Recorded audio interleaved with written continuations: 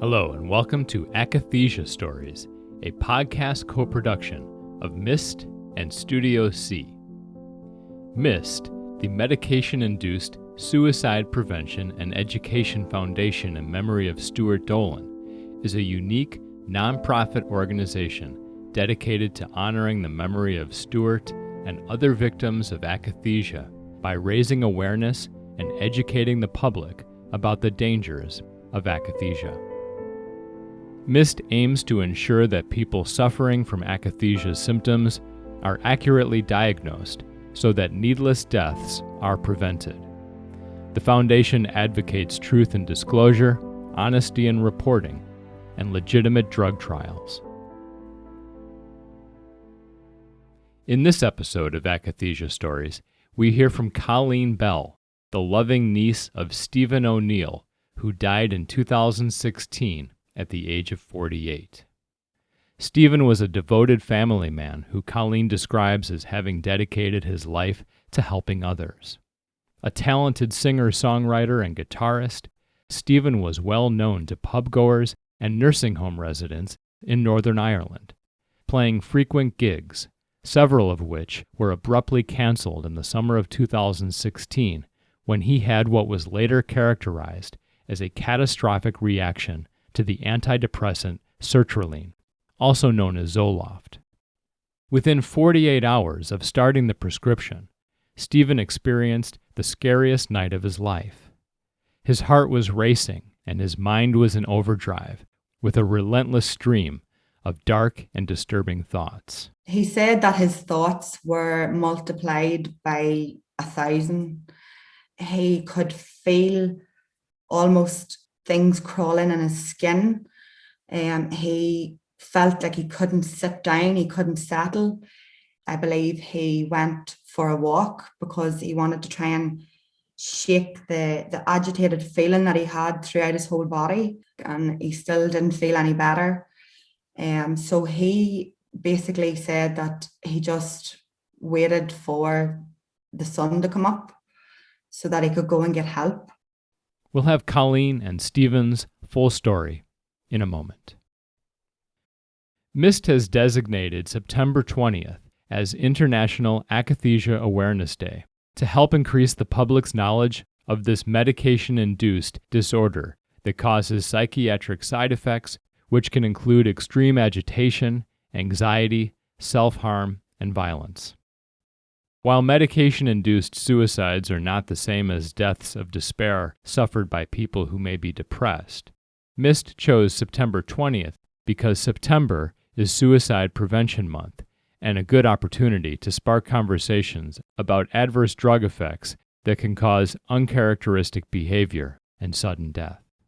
In fact, MIST created this Public Awareness Day for similar reasons that Colleen Bell created Prescribed Harm Awareness Day, which we'll hear about in this episode. Colleen Bell grew up in a small town in Northern Ireland and studied law at the University of Ulster and went on to train as a lawyer at Queen's University. She was admitted to the role of solicitors in 2012 and shortly after emigrated to Melbourne, Australia. On the 29th of July, 2016, Colleen's life changed forever when her uncle Stephen died by medication-induced suicide. Returning to Ireland upon the devastating news of Stephen's death, she settled into a career in local government, vowing to use all of her spare time to ensure some form of justice for Stephen was served. Using her legal expertise, Colleen led the family through the coroner's inquest, where it was agreed that Stephen had a catastrophic reaction to sertraline and suffered akathisia. Following the inquest, Colleen founded Stephen's Voice, a Facebook page that aims to generate awareness around side effects to prescribed medication and medication-induced suicide.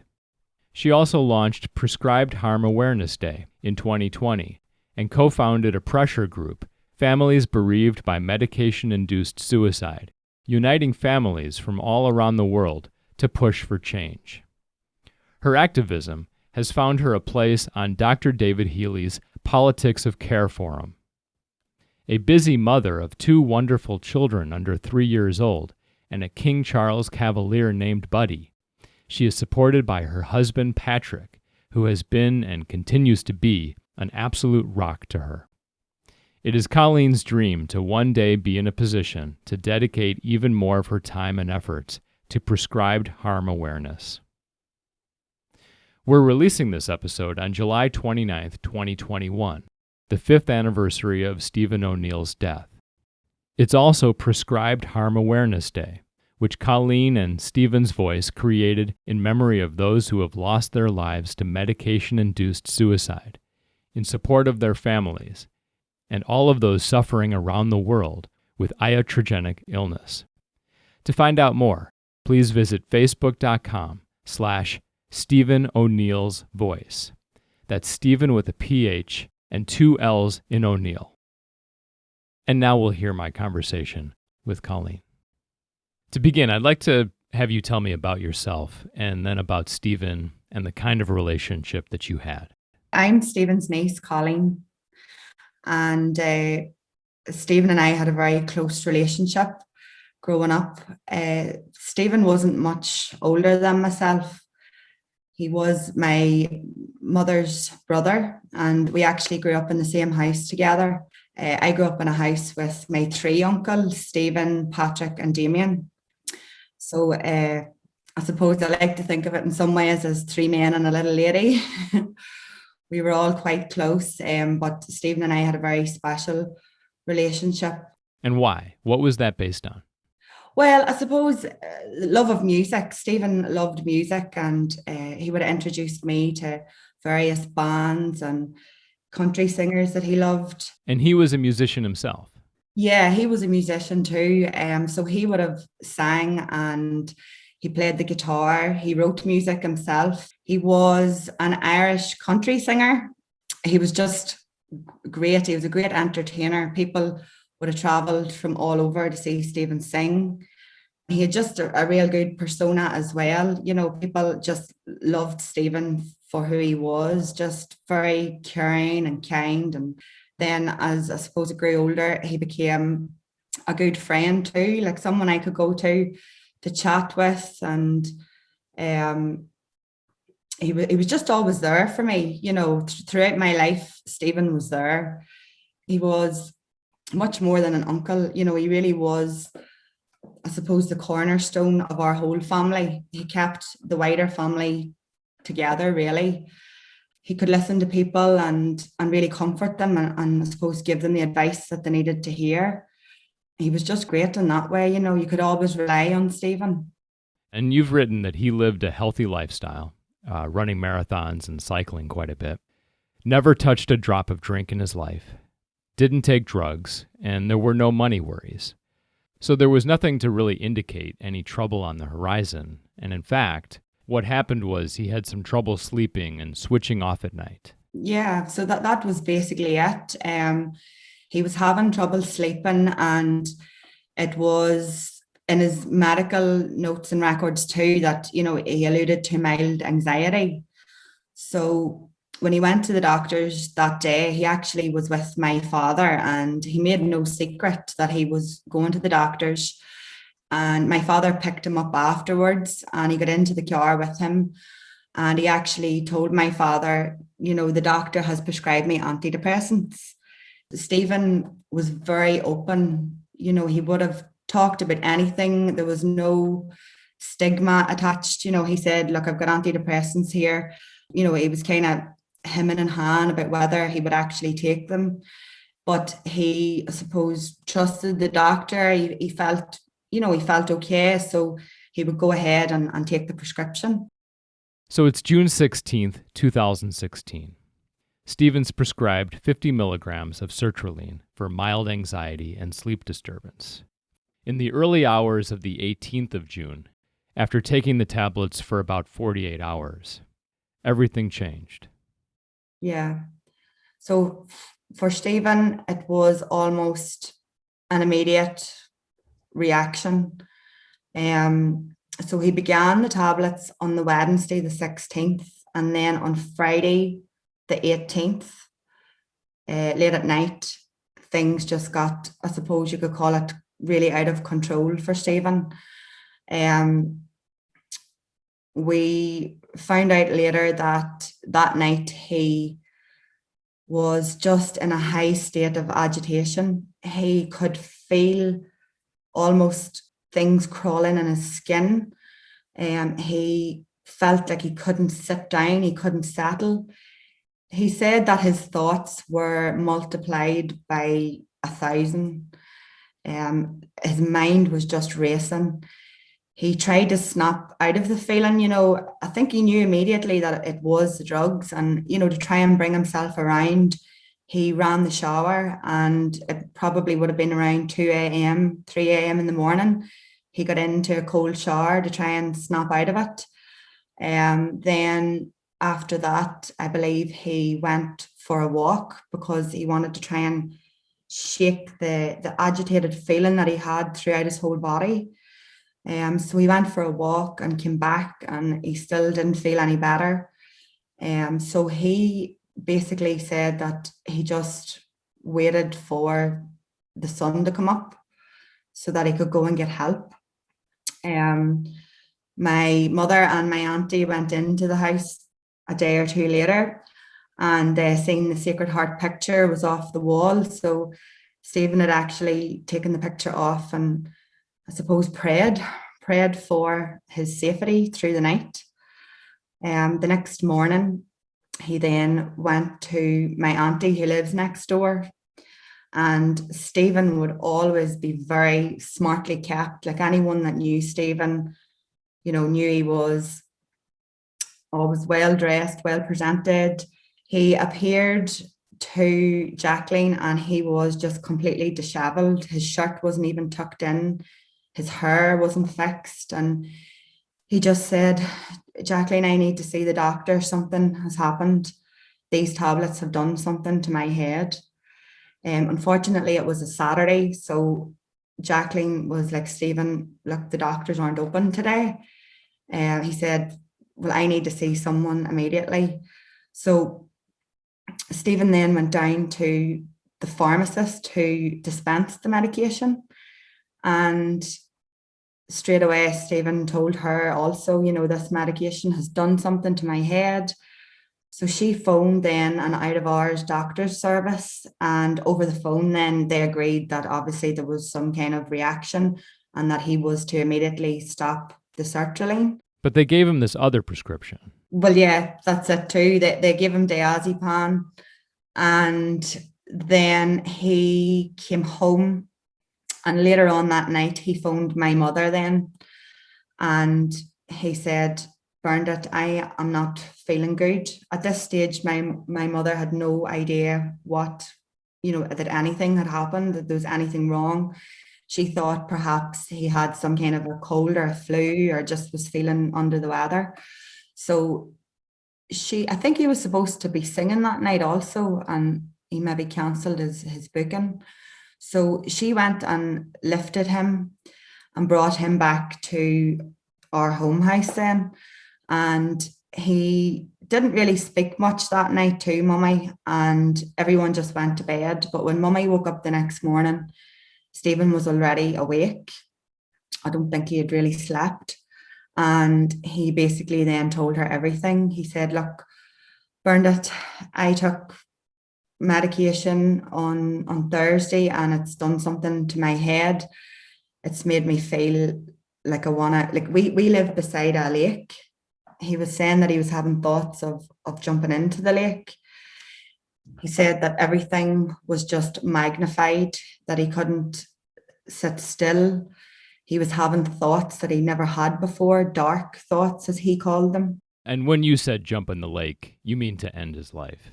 Yeah, well, yeah, to end his life. It was something that my mother had never had to do, something, she has never dealt with before, someone presenting with suicidal thoughts. So she really was shocked. She just hugged him.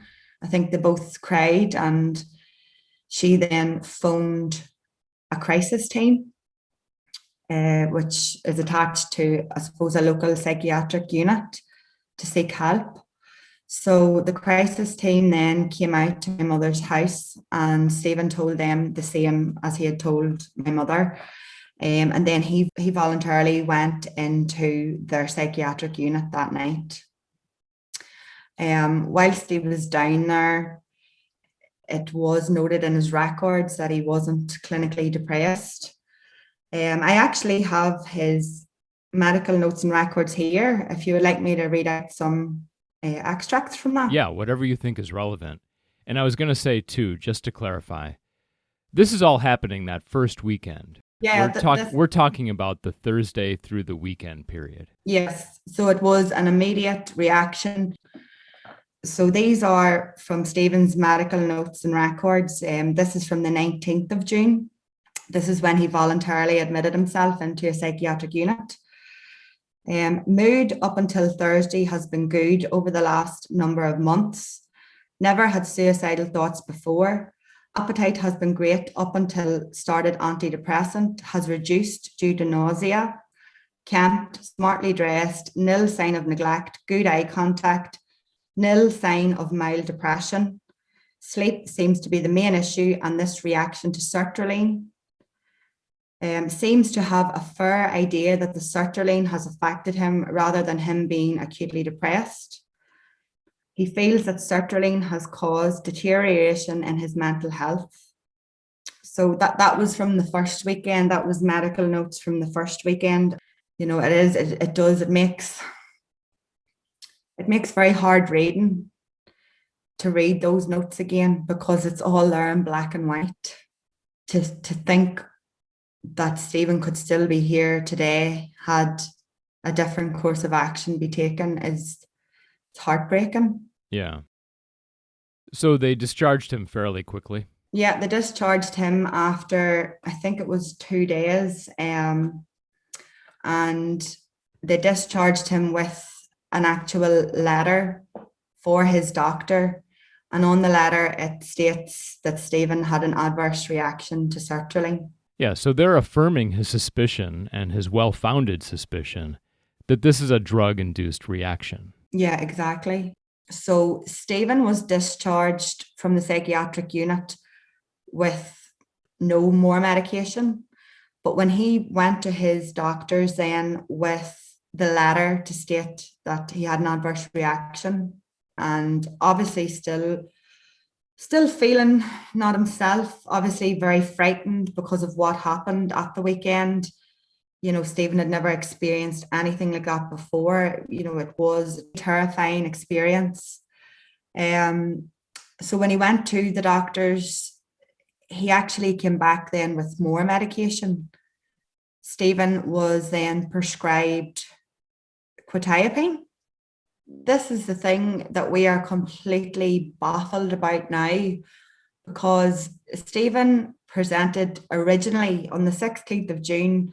Stephen would have presented originally as himself. There was no agitation, no restlessness. My father was with him that day. The doctor should have known then that the medication has caused Stephen to become suddenly unrecognizable. It affected him so severely that I don't understand. None of us understand now why then medication wasn't just stopped completely. Stephen was fine before the medication. The medication caused issues. Why put him back onto any type of medication? Why not just let his body rest, his mind rest, get some sleep? Especially when it had been so quick, because he had only been on the drug for a few days. It wasn't like he had been on it for a year and needed to taper off of it.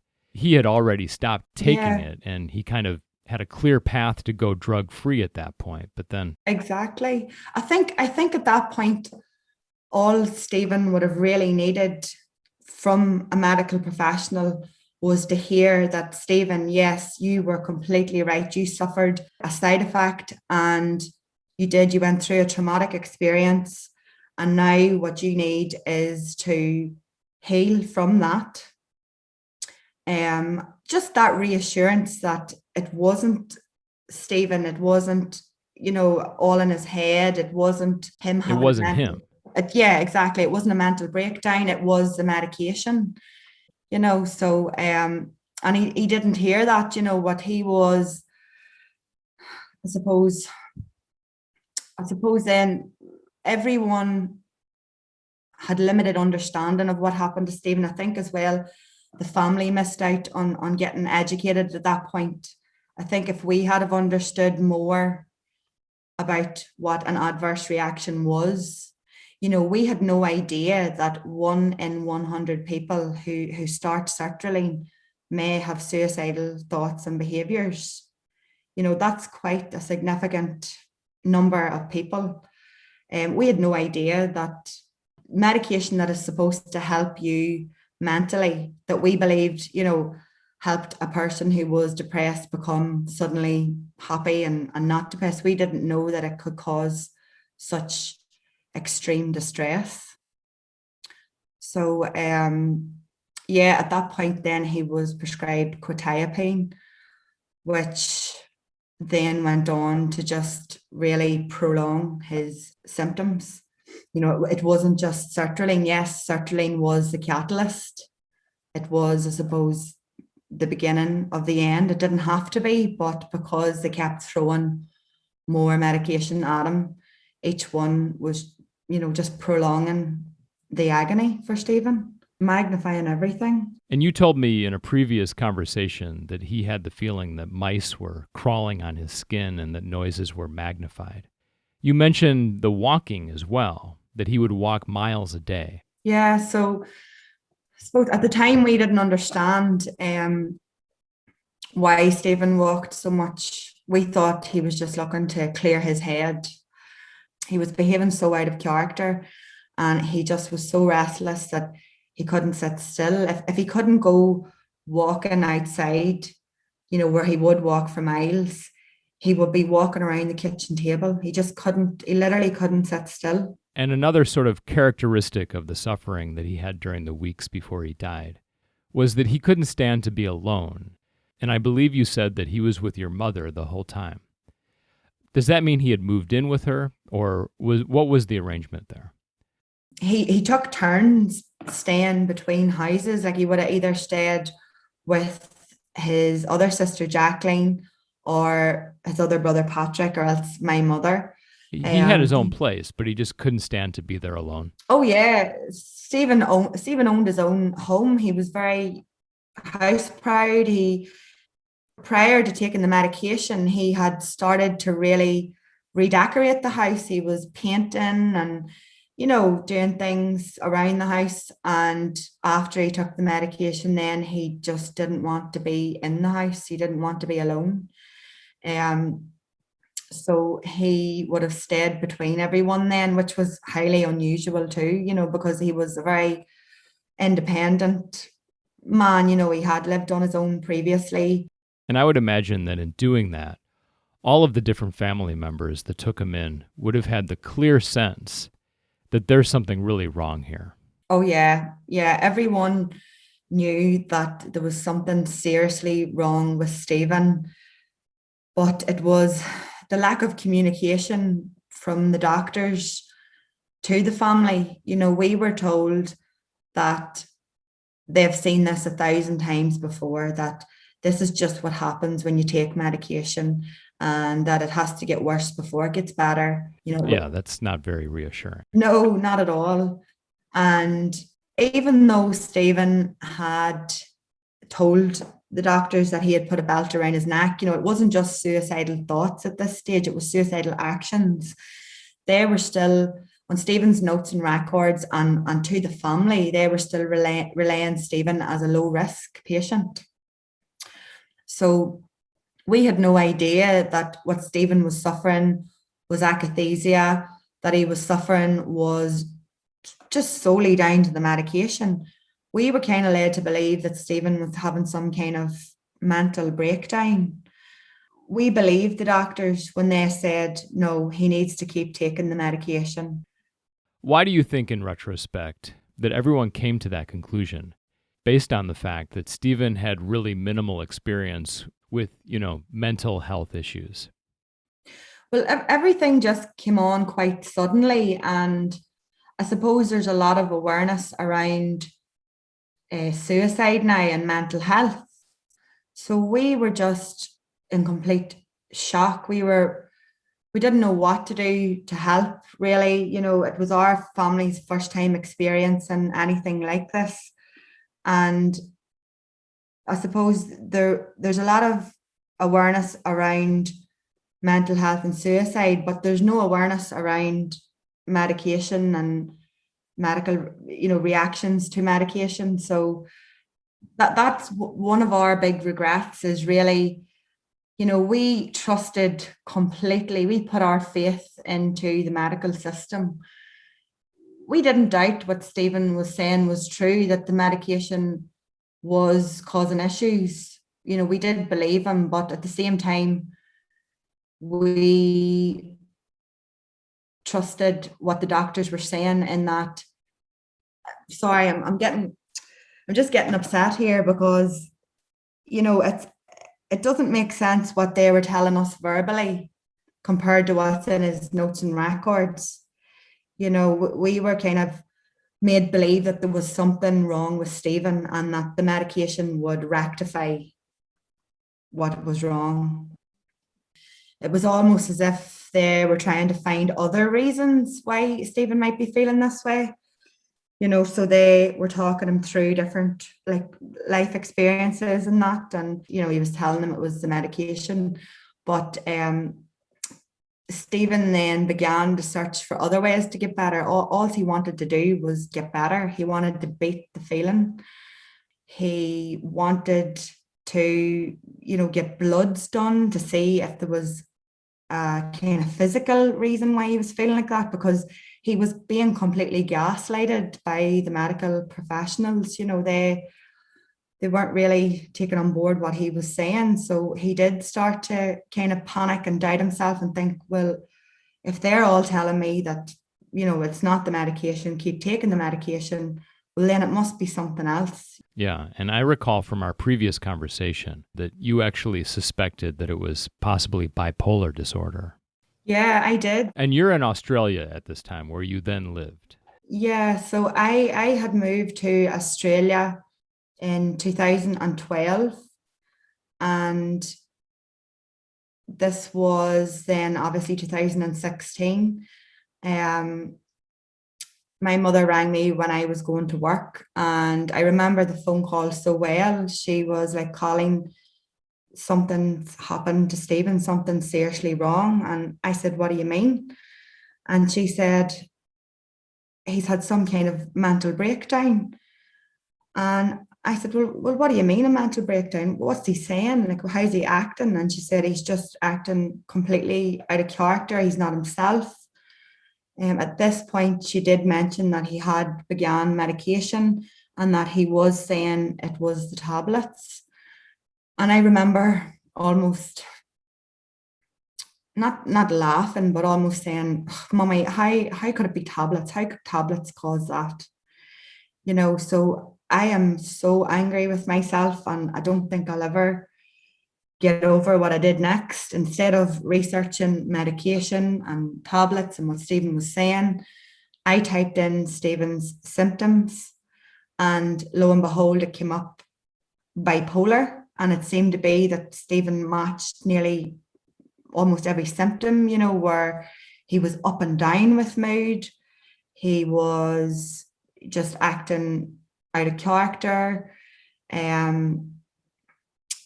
all the different symptoms anyway. So that was when I was first made aware of what was happening, and I just will always regret, I suppose, not initially looking for the medication, because if I had Stephen could still be here today.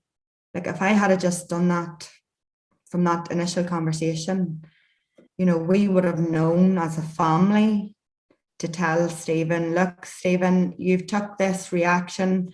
It is very scary. We understand what's happening to you, and you just need to stay away from this type of medication for a long period, just until you get yourself back to yourself again. Well, I mean, in retrospect, of course, that's your wish and your regret. But at the time, he needed to hear that message from doctors And they weren't delivering that message either. And the doctors presumably, would know better. Exactly. So I think it's, when I've spoken to different people in this podcast series, I've repeatedly heard that we trusted the doctors absolutely. Mm-hmm. We had no reason to doubt the doctors. Yeah. And in retrospect, the doctor's advice looks very bad. Yeah. But at the time, that's the mindset that most of us have, which is, well, if the doctor says it, Mm-hmm. the doctor would know. Exactly. So in terms of the life that Stephen still had in front of him, it was a brief 6 weeks that remained in his life once he went on the initial medication. Mm-hmm. And I believe during that time, you had been in touch with him until he went on the medication.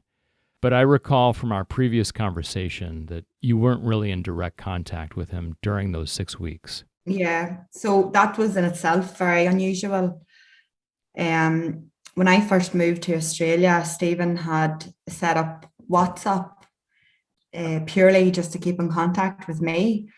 So when I was in Australia, the time difference is almost 12 hours. So when it's morning time at home, it was nighttime in Australia. And Stephen and I would have sent videos, text messages, photographs, like very frequently, weekly, sometimes daily. Up until he took the medication, we were phoning one another. It would be my morning break time, and I would phone Stephen and chat to him before he went to bed.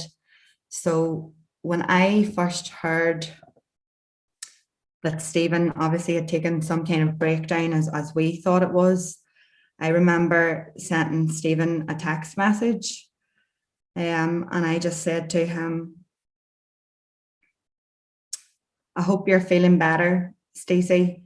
Mummy told me you're not sleeping right. Don't forget, your night is my daytime, so I'm always here if you fancy a wee midnight yarn. At that stage, I was trying to reach out to him, and he would have normally texted back straight away. There would have been a phone call. I did try and phone him a few times, and he didn't answer his phone. Then over the next few weeks, I started to send him photographs of us when we were young, to try and lift his mood and maybe make him think of better times. But again, he seen the messages and didn't respond. So that wasn't Stephen at all. He just had cut himself off from everything he loved. He couldn't do anything anymore. And one of the words of advice, or one of the exercises that the crisis team had given to Stephen during that time, was to write down 10 things each day and do them, basically. But Stephen was in that much of a state that he couldn't settle himself, to do anything. He couldn't put his mind to anything to even try and distract himself from the way he felt. There was just so many times in them 6 weeks where he couldn't trust himself even to stay alone. So the thoughts and the feelings that he was getting must have been very, very dark and very scary. He did also, about 3 days before he died, he did come to my auntie, his sister, who lived next door to him, and he did tell her that he's feeling really bad again. He admitted then that at the weekend previous, he had woken up with a belt around his neck. And she said, Stephen, what do you mean woken up with a belt around your neck? What do you mean? And he says, I don't know. He said, he had lay down to rest. And when he opened his eyes again, he was standing in his hallway with a belt around his neck. He didn't know how he got there. It was very, very frightening. It was almost as if he was in some kind of a trance. So at that point, she phoned the crisis team again. And Jacqueline said, well, look, Stephen's been on medication and it hasn't been helping. And I think at that point, she even said to them, he wants to come off the medication. And the doctor said to him then, well, how long has he been on it? And Jacqueline said a few weeks. And the doctor just said, look, no, he needs to stay on it. You know, he needs to be on it 6 weeks. And Jacqueline said, well, I think he really wants to come back down to the unit. He wants to admit himself again. And the doctor said, no, there's no need for him to come down, just to stay on the medication. And within 3 days, then Stephen was dead. And you were in Australia on that day and Yeah. got the information from family. Yeah. So when I got the phone call, I knew straight away. I was out doing a bit of shopping, grocery shopping, and I knew straight away, because of the time difference, that it wasn't the right time for my mother to be phoning. And when I answered the phone then, I just answered the phone to screaming, wailing. I'll never forget just the sound of my mother down the phone. And she was just screaming that Stephen had done it. The feeling I had when Stephen died in this way, it was as if something was just ripped out of me. I can't describe it. So I just remember just dropping everything and my husband just escorting me out. And then within 48 hours, we just packed up everything we could. We left a lot of stuff there, furniture and everything, and we just came home. I was then home in time for the wake, and I was able to spend in a day with Stephen, and then the funeral was the next day. And then I think it was the day after the funeral where I finally decided to look into the medication, because that's all my mother and her sister kept saying was, it was them tablets, it was the tablets. Stephen kept saying it was the tablets. They were just absolutely beside themselves. Initially, I remember feeling sorry for them, feeling, I didn't understand what was happening. Like, I was in a complete state of shock too, but I thought perhaps that they were looking for something to blame, that it was almost them lashing out. But then the more I heard them speak and the more they told me about Stephen within those 6 weeks, because they were with him like every second of every day almost, I knew things weren't right. So that's when I decided to just type into Google, can sertraline cause suicide? And it was just there, everything. And how would you describe your life during this time, in those first weeks and months that you had returned to Northern Ireland? Yeah, we were just completely devastated, isn't even the word. We couldn't function. We sat around the kitchen table, it felt like, for months, like still unable to really function. To even go to a shop, to even go out shopping was too much. We couldn't face really the outside world, or to even make conversation with anyone. And when you say we, who do you mean? Sorry, me and my mother. When I came home, then I moved in with her, to support her, because she was absolutely devastated too. So then I began to work on preparing for an inquest. During those 6 months, I was researching a lot. I was finding all this information, but to actually begin anything, it was kind of too much at that point. I would imagine that the research was at that point more part of your grieving process, to just know what had happened. Exactly. To know more for yourself. Yeah. But then that information that you gleaned from that process became useful in another context once you started to do this more formal gathering of information for the inquest.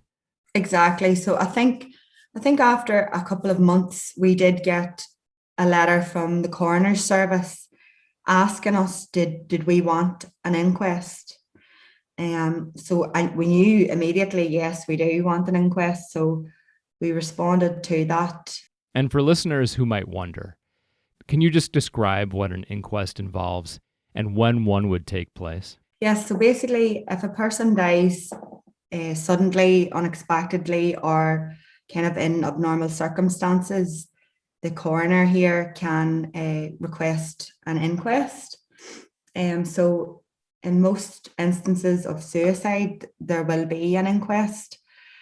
The coroner then, it's really a fact-finding exercise for the coroner then to basically declare how a person died. So we were 100% of the mind frame that we wanted a full inquest, but I knew that first of all, we could easily get an expert opinion from David Healy, and I knew that he was more than happy to provide us with an expert opinion. And you didn't just speak to David Healy, you spoke to anyone who knew Stephen and gathered statements. Yeah, so basically we gathered statements from bars and restaurants that Stephen had been singing with prior to the tablets, and they were able to confirm that Stephen was himself, he was fine. And then out of the blue, they got a phone call to say, all bookings are cancelled. And we got statements from a local priest. Stephen would have been quite religious too. He would have been a man of great faith, and he would have went on pilgrimages, and he would have known the priest quite well as well. So he was able to provide a statement. The inquest actually was quite ferocious then. It was a 3-day inquest, and we had Professor Healy in as an expert witness. And I don't think he's ever experienced anything like it.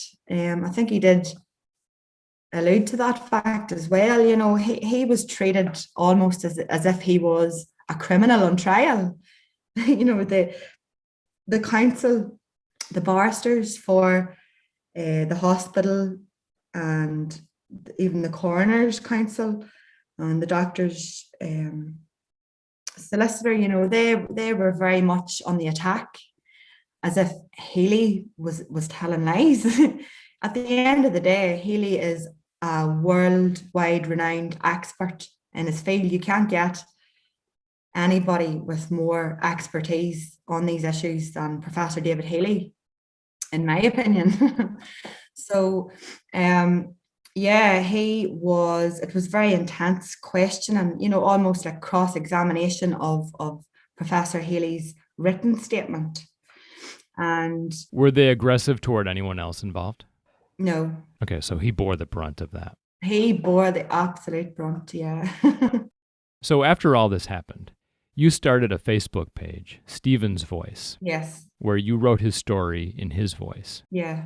And as you told me before, it went a wee bit viral. It did. And people started to tell their stories, which you didn't necessarily expect.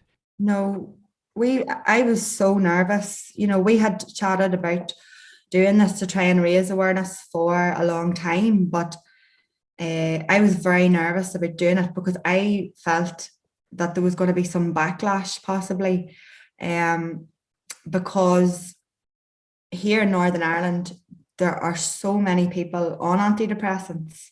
I have a lot of other family members and friends, work colleagues, different people that are on antidepressants. And I felt that if we told Stephen's story, that we would have a lot of people saying, how dare you? These antidepressants saved my life. I thought there would be a lot of trolling, as they would say, but we were completely taken back by the response. It was kind of like a Me Too moment where we were getting hundreds of people, either publicly or privately, telling us their stories. I've actually goosebumps just thinking about, all those people who have been affected and still are affected. It's obvious that there is a serious issue around the prescribing of these medications.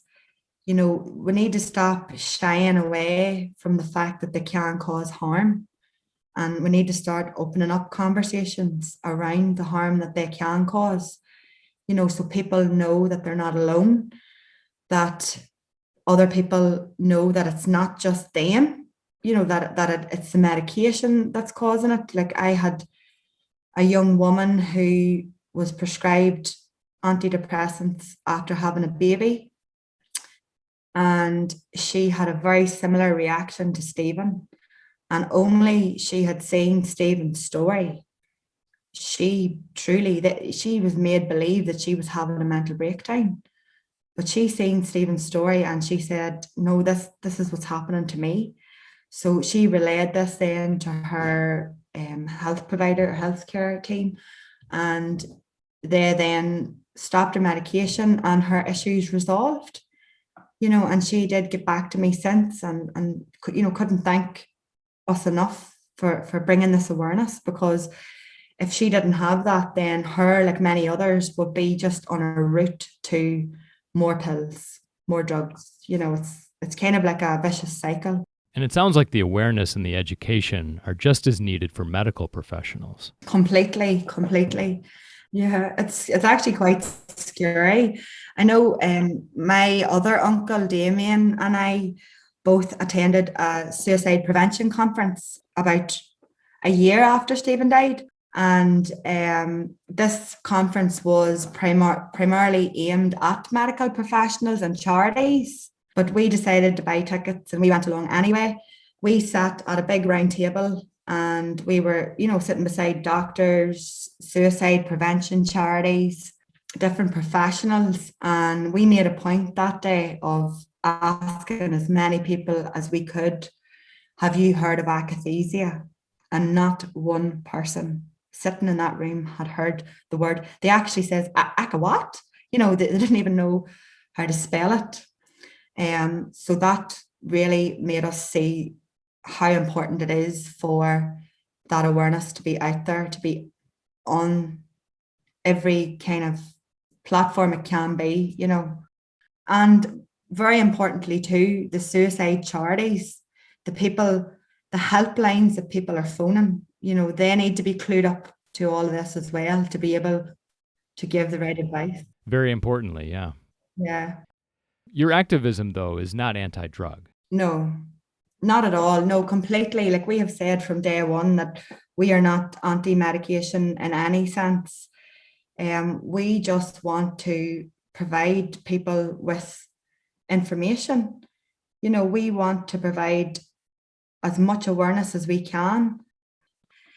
Now, legally, in my opinion, surely then, but for sertraline, Stephen would still be alive today. If Stephen had never have consumed sertraline, then he wouldn't have went into that state, and the events that happened thereafter would never have happened. The Stephen's Voice Facebook page is available at facebook.com/Stephen O'Neill's Voice. That's Stephen with a PH and 2 L's in O'Neill, and no apostrophe. If you'd like to find out more and get the best information about this important topic of akathisia, the MIST website is a great place to start. If you go to our website, the section that says, "What is akathisia?" you will see the 2 MIST videos, as well as we have an educational PDF that you can print off. We also are on Facebook and Twitter. If you like this podcast, learn more about akathisia and just send it to your contacts. And this is the way we spread our message. And I hope that people will really look at the signs and symptoms of akathisia. They're listed in the videos, listed on the website. That's MIST founder Wendy Dolan. You've been listening to the Akathisia Stories podcast. We'll have another episode next month. If you'd like to share your own story for this podcast, please email studio.c.chicago@gmail.com, and please share this podcast and subscribe. I'm Andy Miles, and I'd like to thank Colleen Bell for her time and candor. And I'd like to thank you for listening.